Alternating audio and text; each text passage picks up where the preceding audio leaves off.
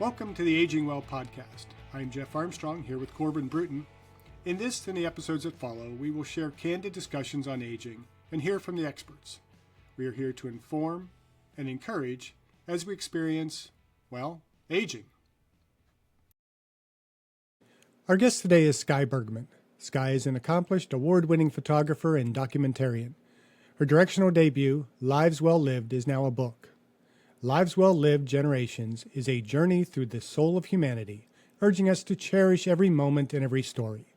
Join with us as we talk about the secrets, wit, and wisdom of aging well with Skye Bergman. Let's begin by having you tell us a little bit about yourself and how you came to documenting the wit and wisdom of older adults. Yeah, well, first of all, thank you so much for having me.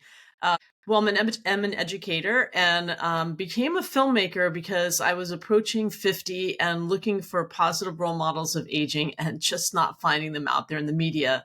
And I had this amazing role model of my grandmother who was turning 100 and actually was still working out at the gym. I mean, she started working out at the gym when she was 80. So she proved to me that it's never too late to start something new, even working out at the gym. I was, like I said, looking around for positive role models of aging, and all I was seeing in the media were all the ads about how you could stay, in quotes, youthful, and all the creams that you could use to be anti-aging. And let's face it, the one thing we all have in common is that we're aging each and every day. So I wanted to learn to embrace it rather than dread it. And I actually appreciate my gray hair and my lines. And I, wanted to be like my grandmother who really embraced it and still had this wonderful life. And I went back with her. She came out to visit me in California. She lived in Florida. And when it was her 100th birthday, I went to Florida to film her for her 100th birthday. And also I filmed her at the gym because I thought, oh my God, nobody's going to believe she's still working out at the gym at 100. And I came back from that trip and I just thought, I know there's other people out there like my grandmother, and I need to find them and document them. And I'd never done a film before. I'd only done this like little cooking video series with my grandmother. That was it. Cameras at that point were allowing you to shoot video. And I thought, what the heck? I'm going to start doing this and just documenting it. Maybe I'll make a little web series. I had no idea what I was going to do with it. I just had this passion that I knew I needed to follow that thread and that, finding other people. And so I sent an email blast out to all my friends, family, and all the students I've taught over the years I've been at the university. And I said, here's this little 1-minute clip of my grandmother at the gym. And I had asked her for some words of wisdom. And she said things like, be kind and live life to the limits. And I said, if you have somebody in your life like her, please nominate them for this project. And I was inundated by heartwarming nominations. And that began this journey that has been more than a decade old at this point. And I'm enjoying the ride.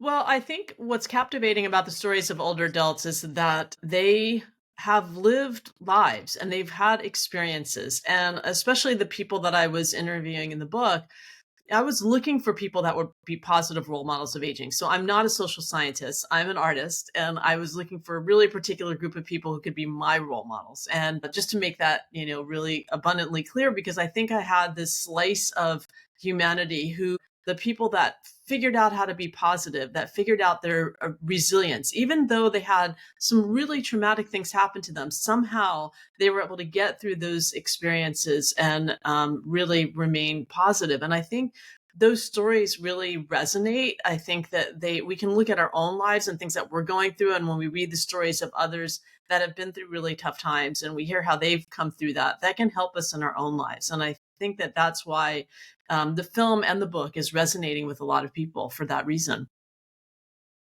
Yeah, so this project, as you mentioned, started with your grandmother, who's now 103 and still seems to be doing well.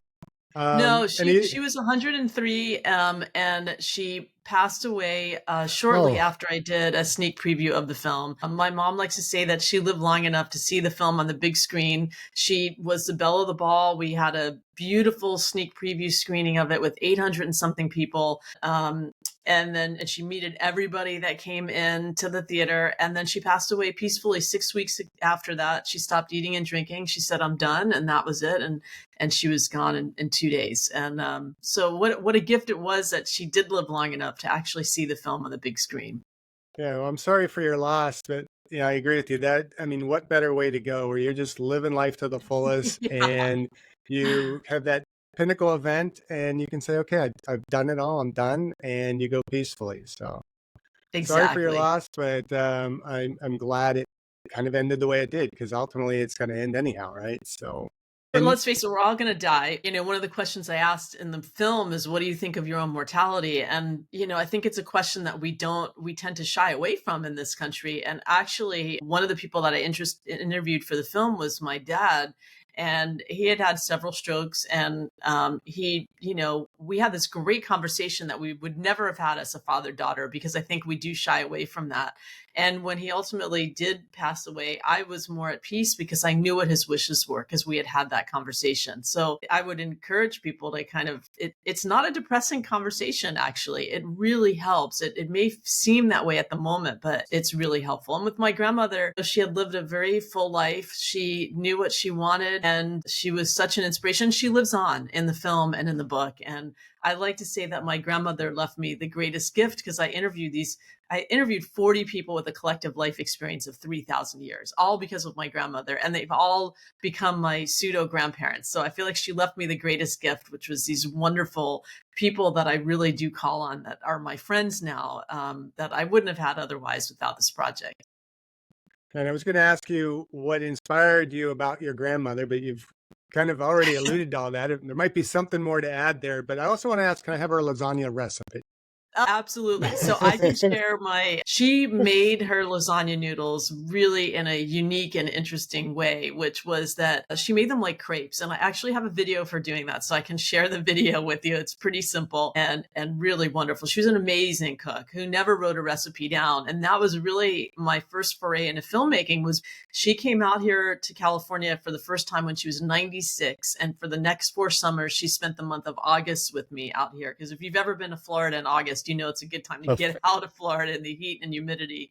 And we would go to the farmer's market and then cook. And I thought, I really, I don't want to just write the recipe down. I want to see the gesture of her hands making the food. I want to hear her voice as she's telling me what to do. And that was it. I was hooked into filmmaking from that moment. So yeah, she was amazing. I would say her biggest thing was always to be kind to people. And I think that I have tried to live my life that way. In fact, I have a little quote over my desk that says, "A candle loses nothing by lighting another candle." And I always feel like, we can illuminate each other and brighten each other, and we lose nothing. We gain so much. We brighten the world when we do Well, that's inspiration. I think we got all that we need for this podcast. So thank you very much. That's it. That's a wrap. that. Yeah, I mean, you kind of answered my next question, but I was going to ask, how has your work affected your perspective on aging well? Well, I mean, I think that you can't help but interview all these people and have that affect your perspective on aging. I mean, I think that I really look forward to it and embrace it. And I know, like Lucky Louie, who, for those of you that haven't seen the film, amazing guy. He was a pediatrician for years. And then when he retired from that profession, he started making mozzarellas for his daughter's Italian deli. And he did that every morning. He'd work out at the gym first, and at like 5 o'clock, and then he'd come back and he'd make mozzarellas. And if any of you have made mozzarellas and you made like that kind of big batch that he made, it is a workout. That guy was amazing, super strong. And I would go over and visit him as he was making the mozzarellas. And I remember asking him one time, he was 97 at the time, and I said, "Hey Lou, how are you feeling this morning?" And he said, "Well, it's not like when I was 95. I mean, and that was his way of joking around with the fact that we know that our bodies are going to age. They're not going to be the same as we age. But I think all the people in the film learn to embrace that and to, change your attitude. I think one of the key things that I learned in working on the film, I mean, there were 3 common elements amongst everybody that I interviewed. One was having a sense of purpose. For Lucky Louie, was getting up every morning and making the mozzarellas for his daughter's deli. And I think our sense of purpose can change over time. Like, he was a pediatrician and then he turned to mozzarella making, but we all need to have that sense of purpose. And I think that people, especially when they reach a certain age and they're retiring from their job, we kind of lose our grounding because we don't have that sense of purpose. We have to redefine who we are. I think the second thing, and this has been proven in lots of different scientific studies, is that loneliness can really affect our lifespan. And so I think there was a study that came out recently about smoking cigarettes and loneliness was actually far greater than smoking cigarettes in terms of our expected lifespan. And so having a sense of community and having a group of people that you can count on, whether it's family or friends. And then thirdly is that really your attitude, and this goes to the resilience and positivity tagline of the book, your attitude is really the only thing you can control in life. There's so many things that so many times in our lives where we can't control the things that are happening around us, but what we can control is the attitude of how we deal with things. So I think, those are the kind of common themes of everyone in the book. And that, you asked about what did I learn from interviewing all these people. Those were really the key takeaways for me.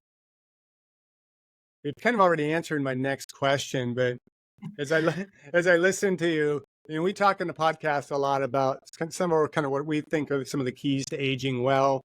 And when we talk about diet, we often talk about the Mediterranean diet being the healthiest diet. And I think you've underscored that: lasagna, mozzarella, and living well. So those are important. And then I think, we also talk in terms of, I think I'm kind of on a crusade to get everybody to spell gratitude with 2 T's, an attitude of gratitude. And recently I just interviewed Ron Pevney, who wrote a book on conscious aging, and you kind of underscored what he talked about, and which has also kind of shifted how we are framing our list of important keys to aging well, which is to add that piece of purpose to it. We've added recently through a lot of interviews the idea of, the importance of social connectedness in helping people age well. And after talking with Ron and now hearing you use that same phraseology, I think it's important to say, purposeful or social connectedness with purpose, because we can have social connection. I mean, a lot of people as they age, they play, bridge and they do that kind of stuff, but there's not a lot of depth or real meaning to that connectedness. Yes, that's going to help them with their aging. But when we do it more purposefully, where we're giving back, it's like your grandmother teaching you how to cook and doing those things. And the Lucky Louie, was that his name? Making mozzarella for his daughter. I mean, those are things that are helping us to kind of live with purpose. So are there any other keys to aging well that we've missed? Well, I think that, the second half of the book, so the first half kind of talks about the things that I learned along the way, which I just mentioned, which is, sense of purpose, community, and that positivity and resilience.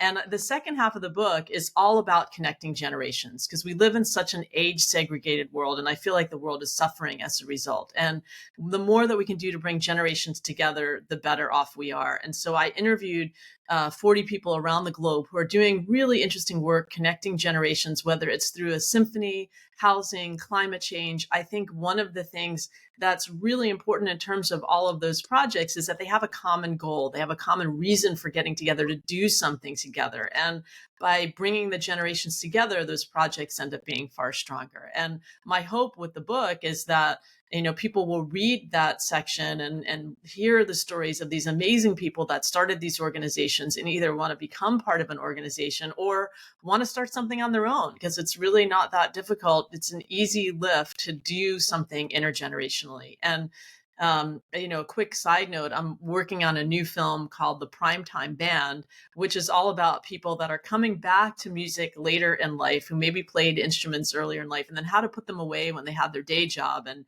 now they get to play. And it's about, it really covers all the same things of the Lives Will Live film, that sense of purpose, getting together every day to make music together. They practice and rehearse 1 day a week, and then they perform throughout the county. And this sense of community, because they have formed this wonderful community that they care about each other. There's like 75 people in this band. And also this idea of paying it forward and doing something, that sense of purpose, because they are also part of a group called the Music Van that goes into elementary schools and introduces 8-year-olds in third grade to instruments for the first time. And to see those young people pick up an instrument and blow a French horn or a trombone or play a violin, it's such a gift. And here it's like that sense of purpose of these people coming back to music later in life and then paying it forward to young people. And I think the more that we can have that intergenerational connection, the more we can do projects that have that drive, I think the better off we all are. Yeah, I used to be an activities director back in the day, and I would say the most popular activities, besides bingo and exercise, of course, most popular activities were actually the ones that we had the intergenerational, where we would Mhm. either have the high school kids come or the elementary school kids come, and you would literally see every resident that they would all come out of their room and they would participate.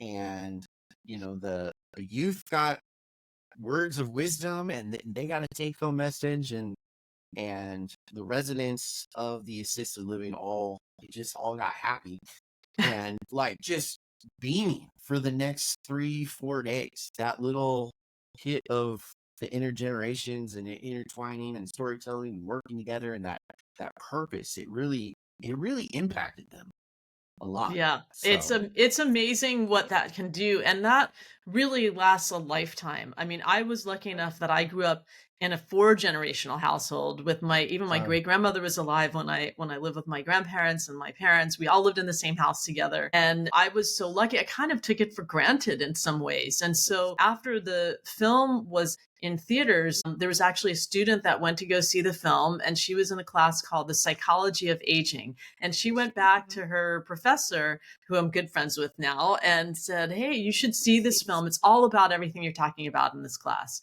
And she saw the film and realized the serendipity of the fact that we taught at the same university. And by the end of the week, we were having lunch and figuring out how we could work together to do something to connect generations. And so we started this project where we have the students from her class connect with older adults in the community. And when it was virtual and we were in the pandemic, we worked with Senior Planet so we could continue this project online.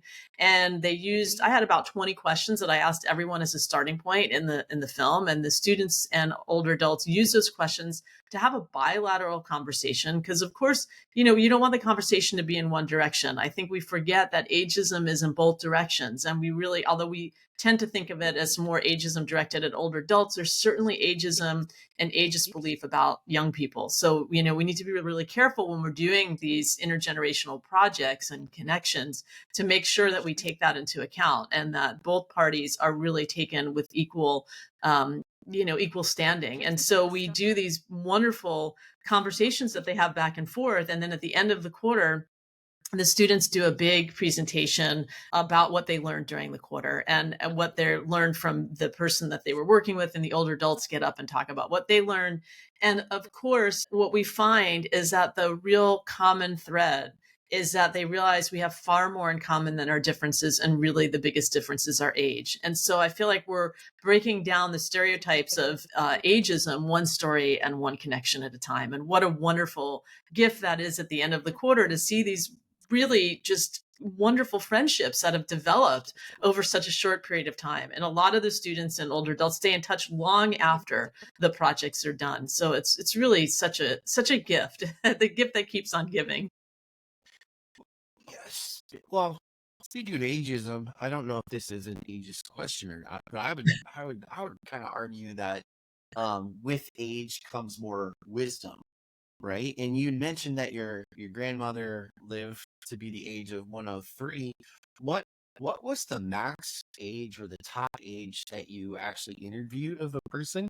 And what was so insightful about their life that it really resonated with you? Yeah, well, I mean, I interviewed people that were over 75 and older. So my grandmother was definitely the oldest person that I interviewed. And I interviewed people in their, mid to late 70s, 80s, and 90s. And like I said, my grandmother was 103. And I think that really the biggest thing were like those three common takeaways, but also I think one of the other takeaways that I found was to just live more in the moment. I think when we're young, we tend to be so engaged in our, in quotes, career, maybe our family. We forget to just take a moment to breathe and enjoy the moment. And I think that the older adults that I talk to really were reflecting back on their lives and taking the time to really appreciate each and every moment, and know every moment is a gift. And that's sort of what I've learned. So I really do take more time just to appreciate being in the moment than I used to. And I do think that that's part of what I took away from the wisdom of all these people that I interviewed from the film, is to really be more present and more fully in the moment. Now, you're obviously not stopping with the book, and you've already alluded to some other projects, but you've also kind of alluded to this, but I want to take a moment to have the opportunity to talk about this specifically and give you a chance to plug it. But tell us about the Intergenerational Connections Through Lives Well Lived project. Yeah, well, I mentioned what we are doing, and like I said, we're continuing that project, which is connecting older adults and students, and that's something that has um, we've made a template for it. Other universities and high schools have used that same template. PBS Learning Media actually has it on their website for educators grades 5 through 12, so they can plug and play it in their classroom. So if you know any educators that are looking for a really interesting project, all the core standards are there, so it's really easy to put it into a classroom. And the book is really another way that I hope to get the word out about what is possible in terms of connecting generations, and to give some ideas of that. And I also, in the book, kind of, because I was new to interviewing, so I have a whole chapter on how do you interview people, what's the best way to start that.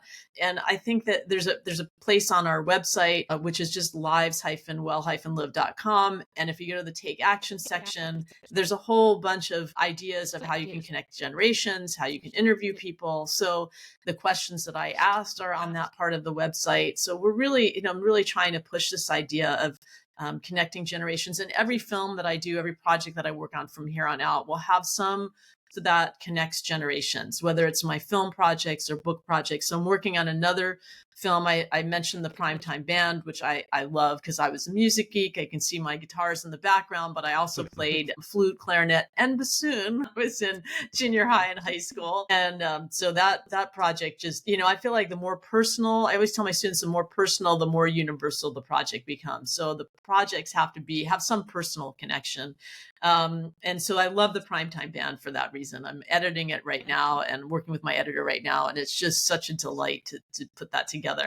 And I'm hoping that will be on PBS in May of 2026 for Older Americans Month. And the other film that I'm working on right now is called Mochi Suki, which is about the Japanese tradition of making mochi to bring in the new year. And if you've never had mochi, mochi is rice that's steamed and then pounded until it's very smooth, like bread dough kind of texture. And then they form these mochi balls. And that tradition has carried on, especially on the West Coast for Japanese Americans, where families gather for, lots of generations come together. And I think I was drawn to it for two reasons. One of the people in the Lives Will Live film invited me to come. Susie Edo Bauman, her family gets together every year to do this mochisuki. And I went to it, and here's like 150 people, all different generations coming together through food. And for me, I, bonded with my grandmother in the kitchen through food. And I think all of us can think about something that we had through food that brought generations together, whether it was just eating it or making it. Every person has something in their background, that like their favorite food or some memory tied to that. And so I love that. It's also about the Japanese American history as told through this mochisuki ceremony. So even during World War II, when Japanese Americans were interned, they still figured out a way to do this mochisuki ceremony as I think, for a sign of hope and resilience. And I love that, that's part of it as well. So you can be on the lookout for other stuff that I'm doing. My big website is skybergmanproductions.com, which is SKY. Bergman is Bergman, productions.com, and all the projects I'm working on are there. Yeah, and I think you did have a link to that connectedness project. So That's one of the reasons I want to bring it up, so people can interact Yeah, with that and get involved with it. So we will include all the links in the description notes so everybody can kind of see where to go with great. all that.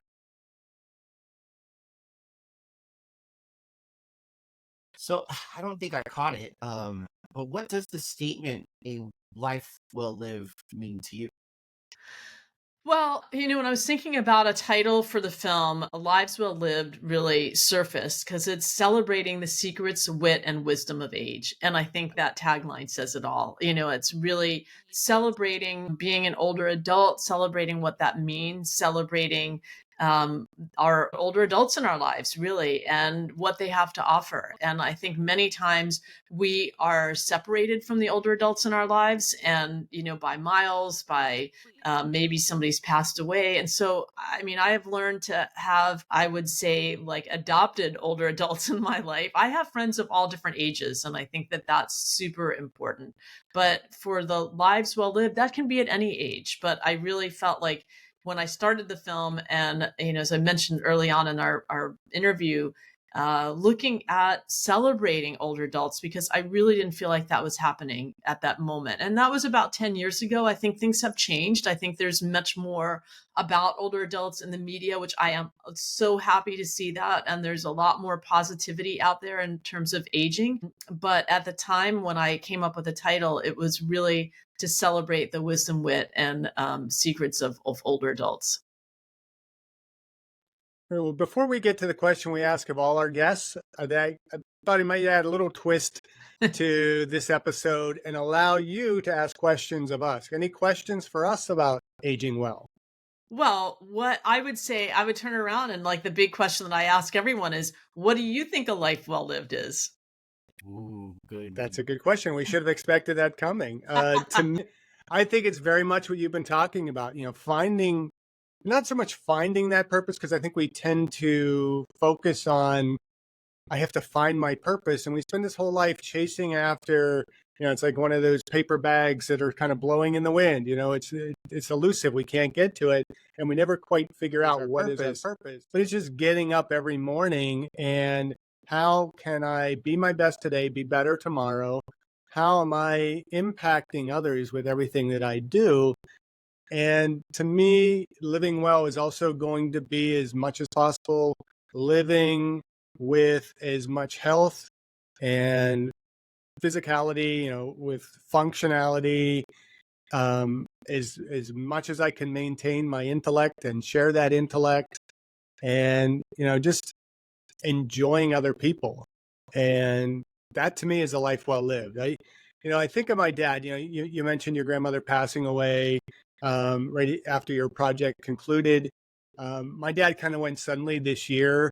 I'm We so didn't sorry. expect it, but we had this opportunity. We met up with him and his wife down in Palm Springs. They were actually living in Arizona, but we just kind of collectively got there. And I can't recall the name of the game, but my wife brought along this game. It was like just a questioning game where you ask questions, and we really kind of got into this much deeper conversation. Um, Hmm. Asking questions that we maybe normally wouldn't have asked. I mean, I know a lot about my dad. I probably knew a little less about his wife, my stepmom. And we continue to call her every Sunday now that he's passed, because that was a tradition, calling him. And he never seemed to put her on the phone. So now we get the opportunity to talk to her. But, it's, he really taught me a lot about a life well lived. And it took me years to figure it out. I'm going to share a little bit too much here probably, but, my parents were divorced when I was in high school, and it's kind of a rough relationship with my mom for many, many years. And throughout high school, there'd be so many times that, she would say to me, "You're just like your father." And I always took it, and I know that was her intent, was to be a negative. And it took me years to realize that that was actually a compliment. And that, it was part of the reason we had that struggle was because she was seeing so much of him in me. And it took me years to really figure out that that wasn't so bad. And, my dad, to him, he was one that was always going after the brass ring, and he'd get close. He did a lot of really amazing things, never what people would say that, that was, true success. But, I I was just met, well, I've met him before, but my son's girlfriend's dad, I learned from his daughter that when he was a teenager, maybe early college, there was a concert in Seattle, or there's some kind of function going on, and the early Pearl Jam, the drummer wasn't there, so he sat and played drums for them. And so I was joking with him. So, tell me about your early years with Pearl Jam. It's like, they laughed Wow. about it, but it kind of reminded me of, my dad tried out for the Steelers. He never played college football, never played high school football. Somehow got to training camp and was there a couple days, and obviously didn't make the team, but I mean, he got there. Yeah. And, he had, without a college degree, was a management consultant that, shared his ideas with CEOs of Ford, US Steel, and all these big corporations. And then when he ultimately retired, because his wife took a job in New York City, and he had to kind of just leave all the consulting behind, he gets there, and his wife suggests, why don't you just, he had acted when he was younger. Why don't you, try to get, just get some background work. And so he got an agent and got a ton of, extra work on a lot of films. He was in every episode of the first season of Law and Order: Criminal Intent. You can see him in every episode in the background. He was in The Wedding Crashers, and he's like, you to watch. There's one scene where it's, depending on the version of the film, he's either the only one on screen, or it's him and just this woman. So I mean, it's like you're sitting in the theater. My sister-in-law saw the movie for the first time. She said, "That's Bill Armstrong!" And she was all excited. People were looking at her in the theater. That's my, I forget how she phrased it, but he was in, I think it's called, it's Part of the Family. It's 3 generations of the Douglas family in there. So Kurt, Michael, and Cameron. And he was invited by Kirk Douglas to sit at the table at the wake in the movie. So you can see kind of the back quarter of his head, but that's because Kirk Douglas wanted him sitting there. And, he had, somewhere there's a book, and I want to try and get it, see if my stepmom can find it, but he's got a book of famous people that he's talked to for more than 15 minutes. He's kept track of all that. And That's to me, would be an interesting title. Famous people that I've talked to for more than 15 minutes. yeah, maybe I could take that and turn that into a book and get my 15 minutes of fame. There But you go. I just feel like it took me a while to learn that, it's not about the accomplishments or what people think you were successful at. It's the effort of doing the things that people aren't willing to do. And Yeah. that's kind of, to me, that's what living a life well lived is. And I should shut up now and let Corbin talk, because he's the Yeah, youngster in the Corbin, room. what's your definition of a I life don't well even lived? know how I'm going to top that. That was a really good story. I would say a life well lived is you don't have any regrets. We all make mistakes in our life, but I like to say we don't make mistakes, we make learning opportunities.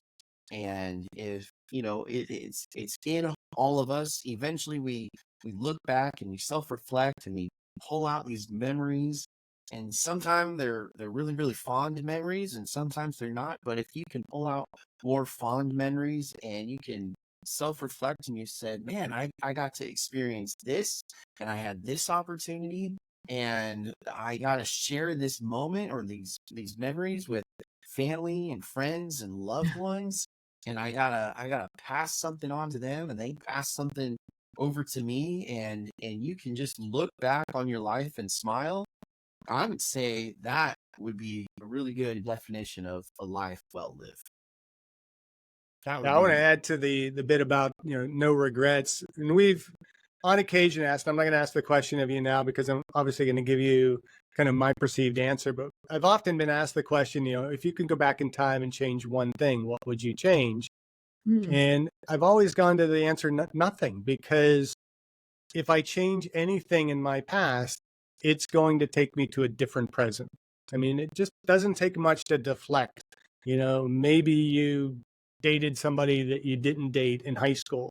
And what if that had started to work out and, you ended up marrying that person, maybe divorced that person, and it just changes your trajectory. I mean, my wife and I, we met when my dad and his wife moved from New York down to Virginia.